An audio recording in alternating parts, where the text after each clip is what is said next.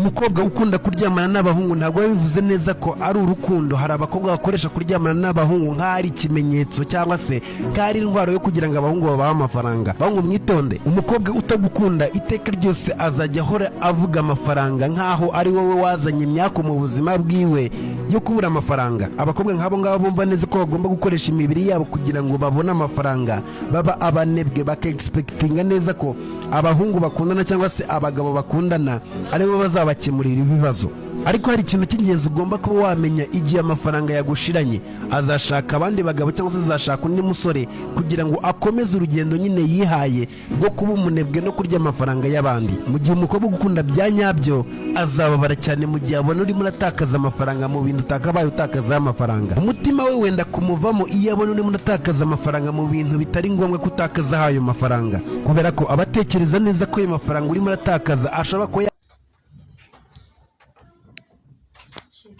mani nabyashije. Mbabarira nabyashije rwose, mbabarira. Simukunda.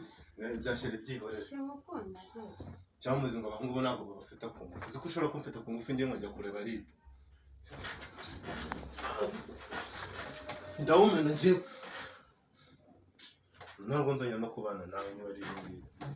Soki. Wakirayo. Soki.